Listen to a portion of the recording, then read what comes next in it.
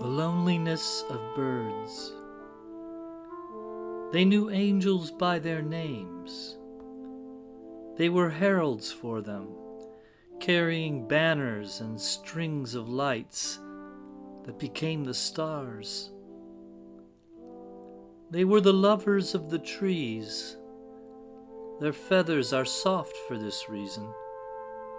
Their songs were known by all of the land.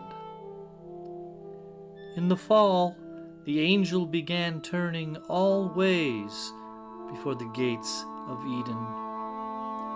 Dreams no longer had birds.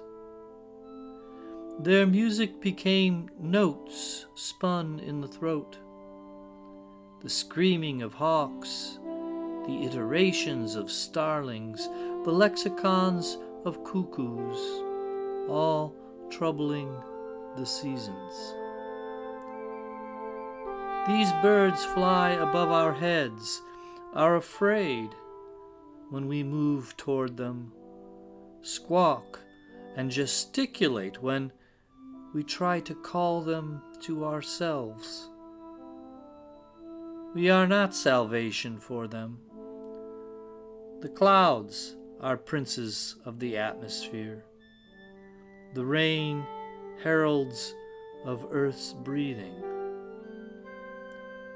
Birds watch now with cool eyes. They speak only to their kind. They remember always that which has been lost.